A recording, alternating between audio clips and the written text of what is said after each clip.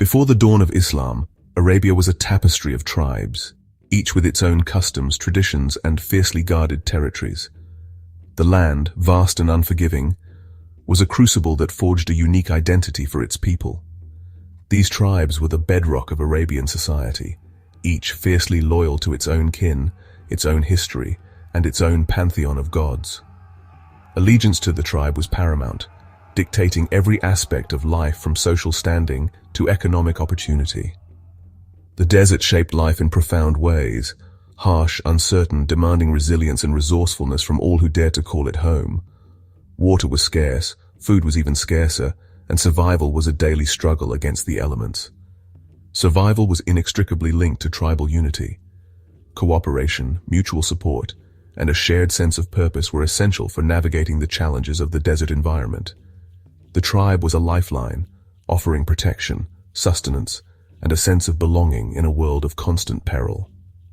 Amidst this tribal landscape, Mecca stood out as a spiritual and commercial hub, a beacon of activity in the vast expanse of the desert. Its strategic location and religious significance made it a focal point for trade and pilgrimage. Mecca was home to the Kaaba, a sacred structure filled with idols representing the diverse deities worshipped by pilgrims from across Arabia. It was a place of convergence, where different tribes and belief systems came together in a shared act of devotion. The Kaaba drew pilgrims from every corner of Arabia, each seeking blessings and divine favor from their respective gods. This annual pilgrimage was a cornerstone of Arabian religious life, a time of spiritual renewal and communal gathering. This annual pilgrimage brought temporary peace and prosperity to Mecca, as tribes put aside their differences to engage in trade and celebrate their shared heritage. It was a brief respite from the constant conflicts and rivalries that defined tribal life. Yet despite these moments of unity, the region was far from unified. Tribal divisions, economic disparities, and religious differences continued to fuel conflict and instability. Alongside the prevailing polytheism, Jewish and Christian communities thrived along the established trade routes, their presence a testament to the region's diverse religious landscape. These communities played a vital role in connecting Arabia to the wider world. These communities introduced monotheistic ideas to the Arabs, challenging the traditional polytheistic beliefs and sparking intellectual and spiritual debates. The seeds of a new religious consciousness were being sown. These faiths offered alternative spiritual frameworks, providing a different perspective on the nature of God, the purpose of life, and the path to salvation. They resonated with some Arabs who were seeking a more meaningful and coherent worldview. The presence of these diverse religious communities quietly influenced the cultural landscape, shaping the intellectual and spiritual climate of Arabia. Their ideas and practices contributed to a growing sense of religious ferment. Despite later being called the Age of Ignorance, this era was far from devoid of intellectual and artistic expression. This era was rich in oral poetry, a vibrant art form that served as a repository of history, culture, and values. Poets were the celebrities of their time, revered for their eloquence, their wit, and their ability to capture the essence of Arabian life. Their verses captured the beauty and brutality of desert life, celebrating the courage of warriors, the loyalty of tribes, and the enduring power of the human spirit. Honor, hospitality, and survival were the cornerstones of Bedouin culture. These values defined the code of the tribes, shaping their social interactions, their political alliances, and their moral compass. Yet beneath the surface of this seemingly stable society, a spiritual restlessness lingered, a yearning for something more than the endless cycle of tribal conflict and the worship of idols. The stage was set for a message that would challenge the old order, a message that would transform the religious, social, and political landscape of Arabia forever. Into this vibrant, divided world, a new faith, Islam, was about to emerge, promising unity, justice, and a radical new vision for humanity. In the bustling city of Mecca, around 570 CE, a significant era in history was about to begin. Mecca, a central hub of trade and culture in Arabia, was a place of both opportunity and inequality. Muhammad was born into the influential and powerful Quraysh tribe, a dominant force in Meccan society. This tribe held considerable sway over the city's affairs, both economic and social. His lineage connected him to a network of traditions and responsibilities. However, Muhammad's early life was marked by loss.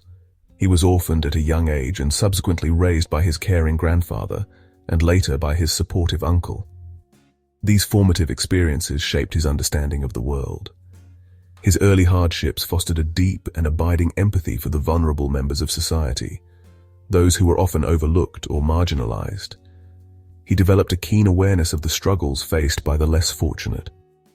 As he grew, Muhammad embarked on a career as a merchant, traversing the trade routes of Arabia. In this role, Muhammad quickly earned a widespread reputation for unwavering honesty and integrity in all his dealings, earning him the esteemed title of Al-Amin, the trustworthy, a testament to his impeccable character. People from all walks of life trusted him implicitly. Despite his success, he was deeply troubled by the pervasive injustices that plagued Meccan society, witnessing firsthand the inequalities and moral compromises that had become commonplace. The constant tribal conflict, the rampant exploitation of the poor and disadvantaged, and the widespread moral decay that seemed to be eroding the very fabric of their community. His path intertwined with that of Khadija, a respected and independent businesswoman, a widow of considerable wealth and standing in Mecca. As he managed her trade affairs, he impressed her deeply with his unwavering integrity and exceptional business acumen. Their subsequent marriage blossomed into a remarkable partnership, characterized by profound love, mutual respect, and unwavering support. Recognizing his deep spiritual yearning, and with Khadija's encouragement and understanding, Muhammad began to spend extended periods in solitude, seeking solace and answers in the quietude of the cave of Hira, a place of reflection and introspection. Within the depths of his heart, he questioned the prevailing religious practices of his time, particularly the widespread worship of idols, and he yearned for a more profound and direct connection to the one God, the same God spoken of and revered by the Jews and Christians who lived in the region. As he grappled with these profound questions, his spiritual searching intensified, becoming an all-consuming quest for truth and meaning. This period of intense reflection and questioning was setting the stage for a momentous, world-changing revelation that would forever alter the course of history. Muhammad's journey was, at this point, one of quiet contemplation, deep soul-searching, and a growing conviction that he was destined for something greater. Unbeknownst to many, he was about to become the chosen voice of a new message, a message that would resonate across the ages. Indeed, the world, as it was known, was poised on the very brink of a profound and irreversible transformation. In 610 CE, a pivotal moment in history unfolded in the Arabian Peninsula. While seeking solitude and meditating in the cave of Hira, a place of reflection and spiritual retreat, Muhammad experienced a profound encounter. He was visited by the angel Gabriel, a divine messenger who commanded him, with undeniable authority, to recite. This command marked the beginning of a series of revelations. Overwhelmed by the experience and grappling with the weight of this divine encounter, Muhammad rushed home to his wife, Khadija, seeking comfort and understanding. Khadija, a woman of wisdom and insight, listened intently and became the first to believe in his message, offering unwavering support. The revelations, initially a source of both awe and trepidation, continued gradually over the next 23 years, shaping the course of history. These divine communications, meticulously preserved and compiled, formed the Quran, the sacred text of Islam, revered by millions around the world.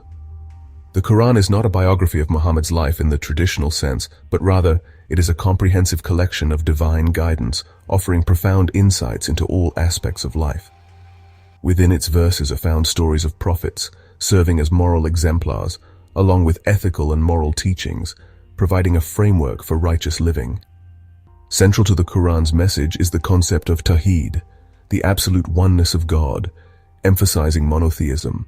Its language is powerful and poetic, resonating deeply with believers. Its recitation is not merely an act of reading, but a profound act of worship, connecting the reciter to the divine.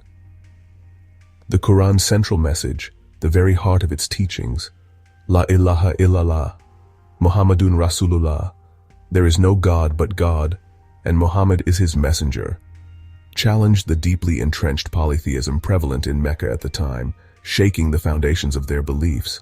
It called for social justice, advocating for the rights of the marginalized and oppressed, It emphasized compassion, urging believers to show kindness and empathy towards all, and it fostered a new sense of community, binding people together through shared faith and values. The revelations united followers, transcending tribal affiliations and social hierarchies. Under a single revolutionary faith, transforming their lives and their society.